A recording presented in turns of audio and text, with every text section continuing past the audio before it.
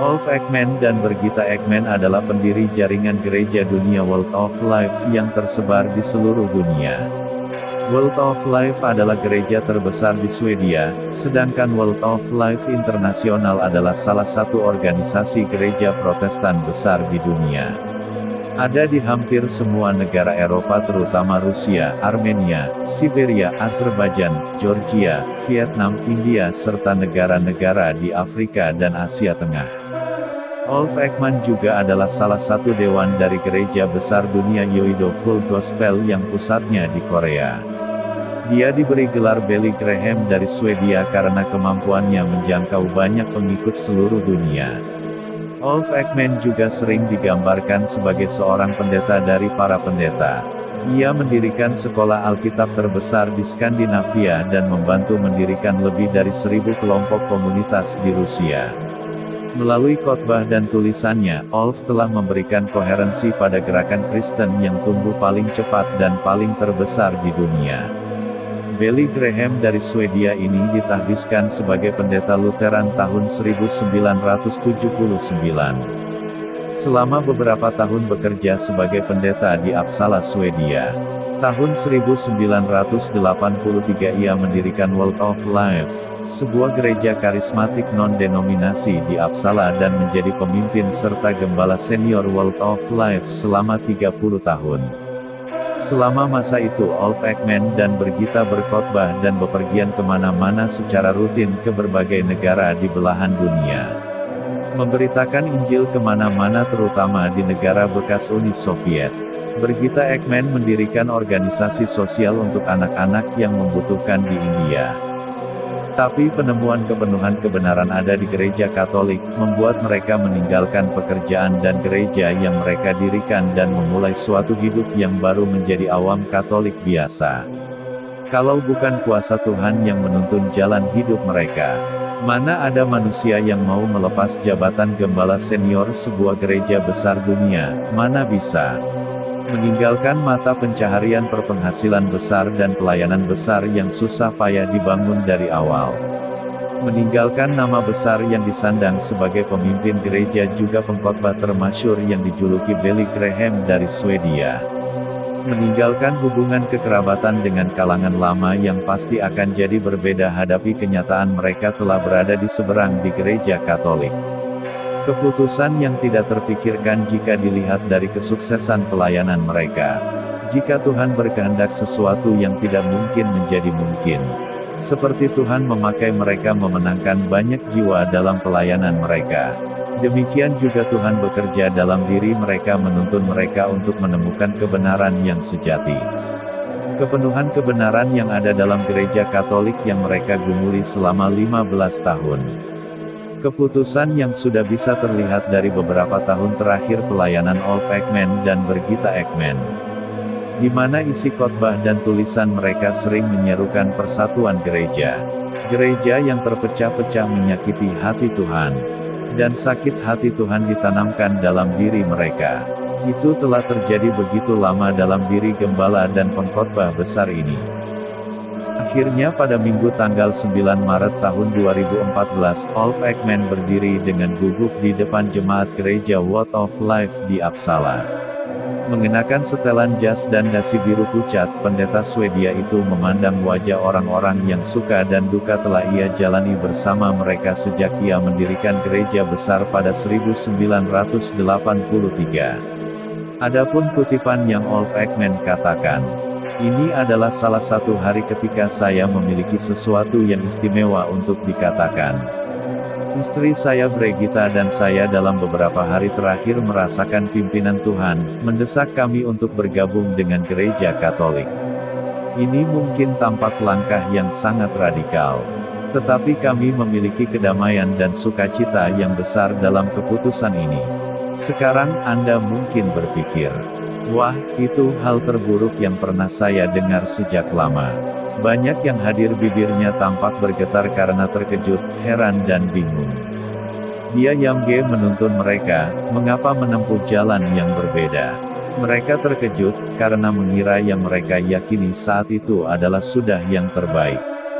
Ternyata itu belum sempurna, dan Olaf Ekman dan Brigitta telah menemukannya.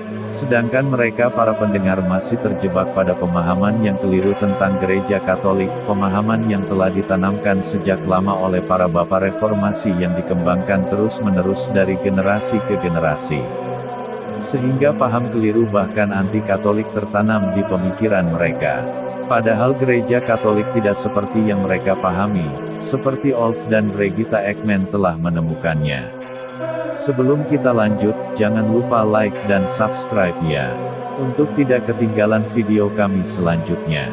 Selanjutnya kita akan bahas tentang kecurigaan Olaf Ekman pada gereja Katolik, terutama saat Paus Yohanes Paulus II kunjungi Swedia. Tetap ikuti video kami ini ya. Catholic Credo Channel.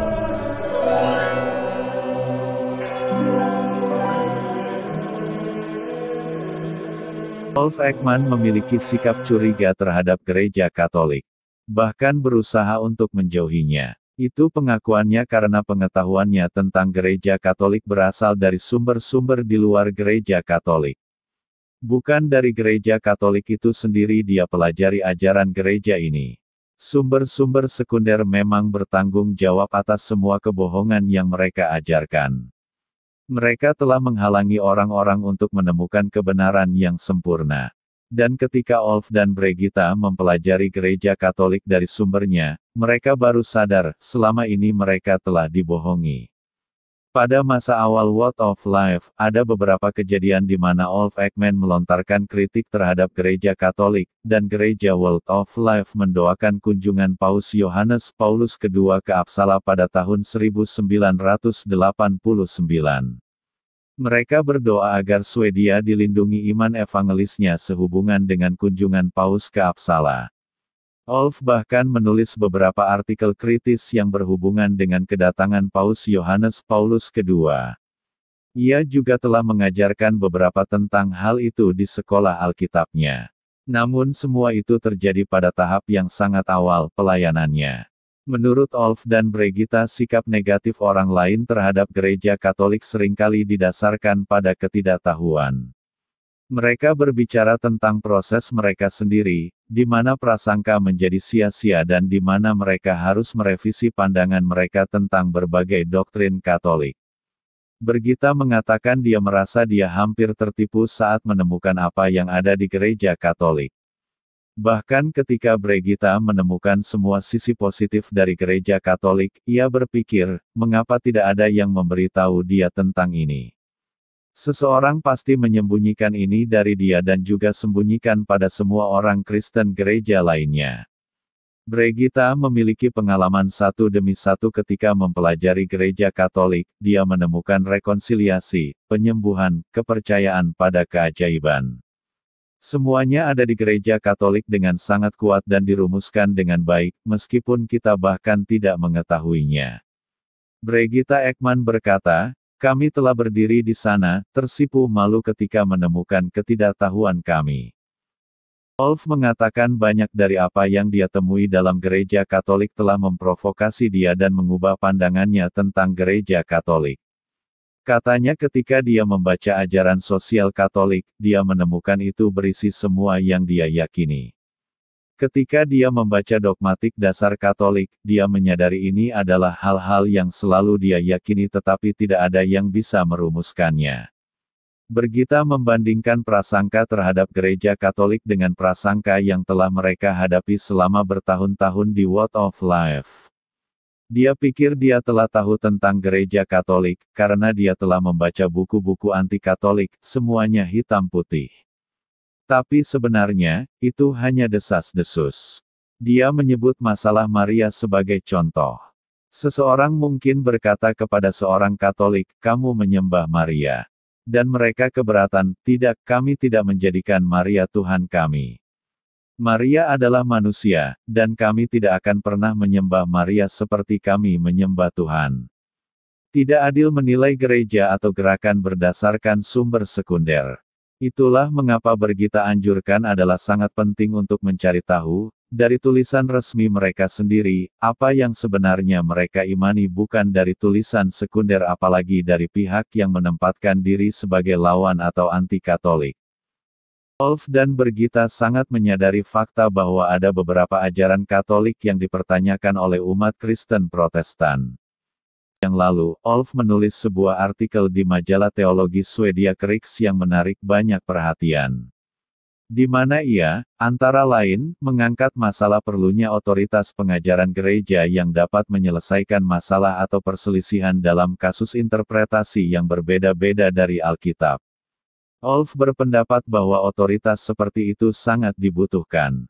Sama sekali tidak dapat dimengerti bagi dia, katanya bagaimana seseorang dapat mengatakan bahwa kita tidak memerlukan otoritas pengajaran dari gereja. Jika kita memiliki 5 ayat Alkitab dan 18 pendapat tentangnya, siapa yang harus menentukan? Apakah diselesaikan dengan pemikiran? Akal saya lebih baik dari Anda? Atau saya telah belajar lebih dari Anda? Atau saya bisa membujuk lebih baik dari Anda? Atau saya lebih bersemangat daripada Anda, yang membuat pendapat saya menang atas pendapat Anda? Atau kami memiliki otoritas pengajaran yang mengatakan, buku peraturan mengatakan cara kamilah yang benar. Dapatkah otoritas pengajaran seperti itu terbentuk bahkan di gereja evangelis, atau apakah secara otomatis otoritas itu menunjuk pada Paus? Apakah Anda melihat Paus sebagai ekspresi tertinggi untuk otoritas seperti itu? Bukankah Paus diyakini Katolik sebagai penerus Petrus yang diserahi kunci kerajaan Allah? Pemegang kunci kerajaan Allah itu adalah Perdana Menteri kita yang harus kita patuhi. Karena memang hasil dari mengabaikan kuasa Paus sebagai otoritas tertinggi yang akibatkan semua merasa memiliki otoritas. Maka terpecah belahlah gereja yang sangat tidak diinginkan Tuhan. Dan Ulf menutup artikelnya di Kriks dengan katakan kalau dia percaya pada perlunya otoritas terakhir.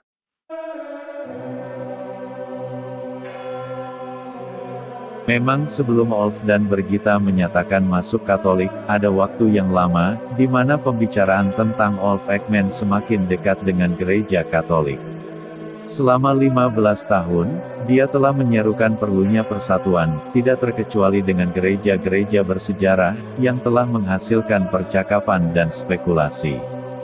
Ketika putra Ekman, Benjamin, memilih untuk pindah agama pada musim gugur lalu, diskusi mendapatkan momentum. Akankah Ulf dan Birgitta melakukan hal yang sama? Ulf dan Birgitta mengatakan bahwa keputusan mereka dan keputusan putra mereka, Benjamin, dibuat independen satu sama lain, dan bahwa mereka terkejut saat putranya mengumumkan tekadnya. Untuk waktu yang lama mereka berharap dia mungkin bergabung dengan gereja ortodoks, karena dia telah menunjukkan minat dan sangat menyukai gereja itu.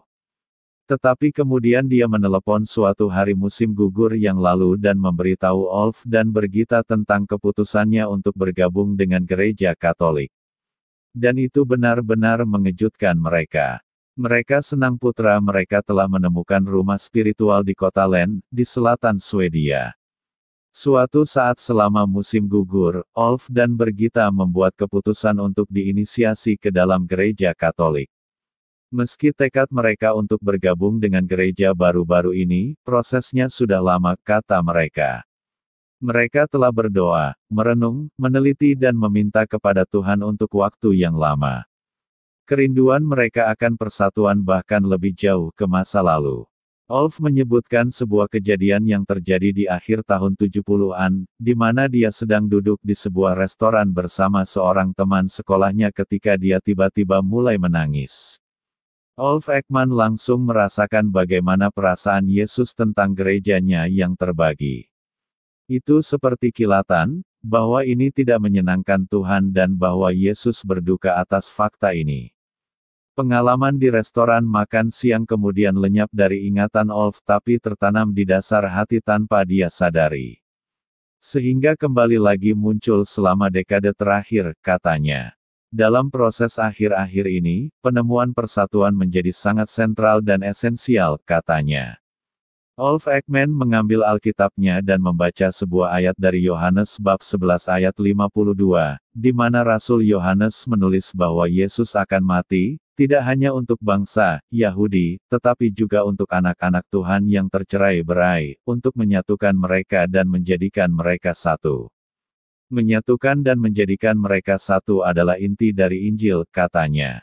Kita terkadang menggunakan Injil untuk memecah belah orang, di mana Olf juga merasa menjadi bagian darinya. Kita mungkin tidak melakukannya karena niat buruk tetapi karena fakta kita hidup di dunia yang sangat terpecah. Tapi Olf percaya ini kuat di hati Tuhan, bahwa kita harus bersatu. Yesus mati karena alasan ini. Persatuan. Dan mana persatuan di dunia Kristen? Hanya ada di gereja Katolik. Sedangkan untuk Brigita dimulai ketika Brigita menemukan sebuah buku tentang kehidupan Santa Brigita, senama dengannya. Satu-satunya masalah adalah bahwa ini adalah Santa Katolik. Lebih dari sedikit kesal karena seorang biarawati Katolik dapat menyandang namanya, namun, dia memutuskan untuk membaca buku itu. Kisah itu akhirnya membuka pintu air dari sejarah gereja yang tidak pernah mereka dengar. Dan pertobatan mereka terjadi di tempat kelahiran agama Kristen. Pada tahun 2002, Gereja Word of Life mengutus mereka untuk tinggal di Yerusalem, untuk mendirikan pusat studi di sana dan memimpin ziarah. Di Yerusalem mereka benar-benar mulai bertemu dan mengenal umat Katolik. Ini baru bagi mereka, tapi pengalaman yang sangat menginspirasi. Mereka ditantang oleh kegembiraan dan kasih yang kuat bagi Yesus Kristus.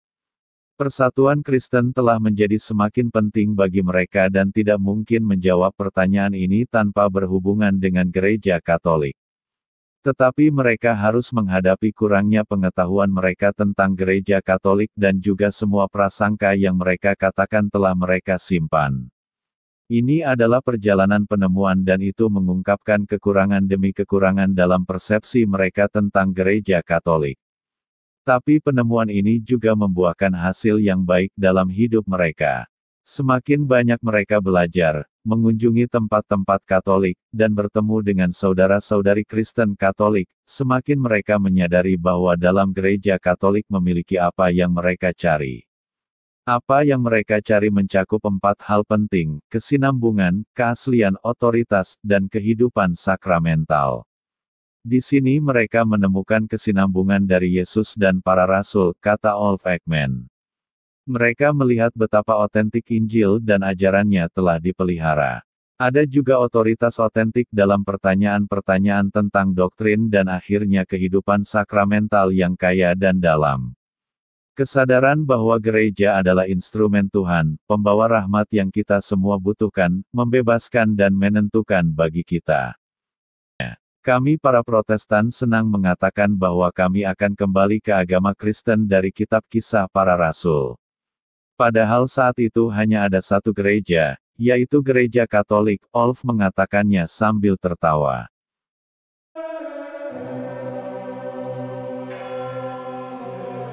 Salah satu konsekuensi dari keputusan pasangan tersebut untuk diinisiasi di gereja Katolik adalah bahwa Olf dan Brigita sekarang meninggalkan Word of Life. Meninggalkan gereja yang telah jadi besar menjangkau banyak umat di dunia, yang mereka dirikan dari awal di kota Uppsala. Mereka pensiun dari semua tugas dewan. Kecuali untuk dana Brigita Ekman untuk anak-anak India, yang akan terus dikerjakan Brigita, membantu anak-anak miskin di sana. Ide untuk meninggalkan gereja yang mereka cintai tentunya tidak membuat keputusan Olf dan Brigita Ekman mudah. Mereka telah bergumul dengan ini untuk waktu yang lama, semuanya secara rahasia, karena mereka mencintai semua teman di Word of Life.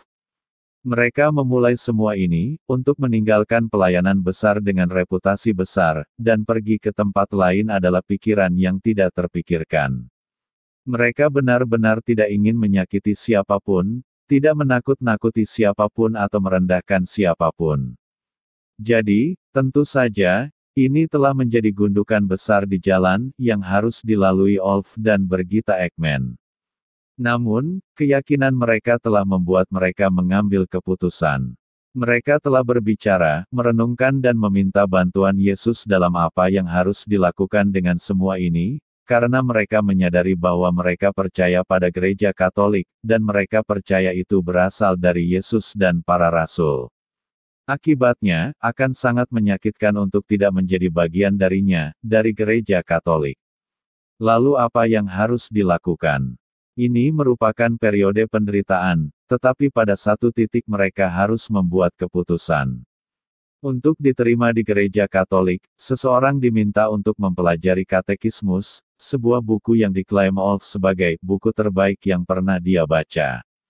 Olaf dan Birgitta telah mempelajari ini secara pribadi dan dengan cara yang tidak berprasangka buruk. Olaf ingat bahwa di setiap persimpangan penting dalam jalan kehidupan, dia telah menerima peneguhan, seringkali melalui perkataan kenabian. Kali ini tidak ada pengecualian. Yang mengherankan adalah, seorang pendeta yang menghadiri konferensi yang diselenggarakan Kenneth Copeland di Amerika Serikat, konferensi Protestan yang diselenggarakan oleh penginjil terkenal Kenneth Copeland. Olaf menerima panggilan telepon dari seorang pengkhotbah yang menghadiri pertemuan itu tetapi tidak tahu apa-apa tentang situasi Olaf Ekman saat itu.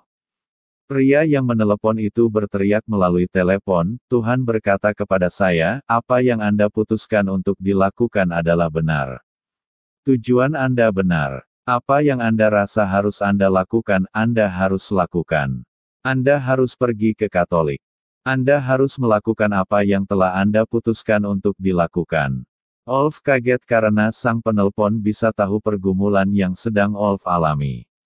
Dan ini adalah konfirmasi lain untuk Olaf dan Birgitta atas keputusan yang telah mereka buat.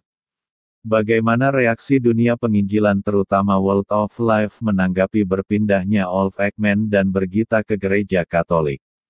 Agar mereka tidak terlalu kaget, Olaf telah menulis begitu banyak hal yang mengarah ke gereja Katolik. Namun, fakta bahwa seorang pendeta karismatik Pantekosta yang terkenal, bahkan dijuluki Billy Graham dari Swedia, Olaf Ekman, memutuskan untuk diinisiasi ke dalam gereja Katolik adalah sesuatu yang luar biasa. Itu adalah sejarah. Baik Olaf dan Birgitta menggarisbawahi bahwa tidak ada konflik dalam keputusan ini tetapi bahwa segala sesuatu terjadi sesuai dengan gereja World of Life, dan ini bukan tentang memisahkan diri mereka dari sesuatu melainkan mengakui dan menegaskan panggilan. Tidak ada alasan luar bagi mereka untuk meninggalkan World of Life, bahwa mereka menjadi lelah atau akan ada semacam konflik, tidak. Sebaliknya, mereka bergaul dengan sangat baik. Jadi sangat luar biasa membuat keputusan seperti itu. Satu-satunya alasan logis untuk semua ini adalah bahwa Tuhan telah berbicara kepada mereka tentang hal itu dan meyakinkan mereka, jauh di lubuk hati, bahwa inilah yang harus mereka lakukan. Mereka merasa bahwa tugas mereka selama 30 tahun sekarang telah selesai. Tuhan memberitahu mereka tugas sudah terpenuhi, tapi persahabatan tetap ada. Jadi hubungan dengan World of Life akan tetap ada selama mereka hidup, tetapi secara alami akan berbeda. Fakta bahwa pengganti mereka Joachim Lundqvist telah mengambil alih sebagai pendeta senior juga memberikan kedamaian batin bagi Olaf dan Birgitta untuk melanjutkan hidup. Mereka sangat bersyukur bahwa Tuhan memberikan pendeta Joachim ke gereja World of Life, untuk gantikan mereka. Dan Olaf dan Birgitta tidak menggunakan gereja besar yang mereka dirikan untuk diajak masuk gereja Katolik. Biarlah setiap individu mengambil keputusannya sendiri. Jika mereka mau mencari kebenaran yang lebih sempurna dan Tuhan menuntunnya. Secara formal, Olaf dan Birgitta akan menjadi anggota paroki Katolik Saint Lars di Uppsala, tetapi mereka percaya mereka akan berpindah-pindah dalam lingkungan Katolik baik di Swedia maupun di luar negeri. Mereka telah menghabiskan beberapa tahun untuk menjelaskan kepada banyak orang dan komunitas mereka apa gereja Katolik itu dan apa yang bukan, yang selama ini jadi prasangka di kalangan Protestan tentang Katolik. Mereka tidak berpikir terlalu tinggi atau dengan keyakinan besar tentang diri mereka sendiri akan ditempatkan di mana dalam pelayanan Katolik. Karena menurut Olaf dan Birgitta mereka datang ke Katolik karena mereka membutuhkan apa yang telah ditempatkan Yesus di gereja Katolik. Mereka membutuhkan sakramen, Mereka membutuhkan magisterium, otoritas gereja. Mereka membutuhkan paus. Mereka membutuhkan tradisi yang dipelihara dalam gereja ini. Mereka membutuhkan gereja untuk keselamatan mereka sendiri. Jadi ini sangat pribadi. Bukan untuk mencari pekerjaan di gereja ini. Tapi mereka membutuhkan harta rohani gereja ini yang tidak diperoleh di luar gereja Katolik. Jalan iman Olaf dan Birgitta Ekman terus berlanjut, karena mereka tidak berpura-pura tahu persis apakah masa depan akan berubah. Mereka akan hidup dengan iman, dan mereka yakin Tuhan tidak akan membiarkan mereka hidup dengan cara lain. Menurut Olaf dan Birgitta, mereka tidak pernah memiliki keamanan apapun kecuali di dalam Tuhan, dan itu cara yang sampai sekarang mereka tempuh. Demikian seri 100 kisah konversi Katolik seri 6. Nantikan seri 7 dan selanjutnya. Jangan lupa like, share dan tekan subscribe ya. Hidupkan lonceng agar bisa menerima kabar video kami selanjutnya. Terima kasih, Tuhan memberkati.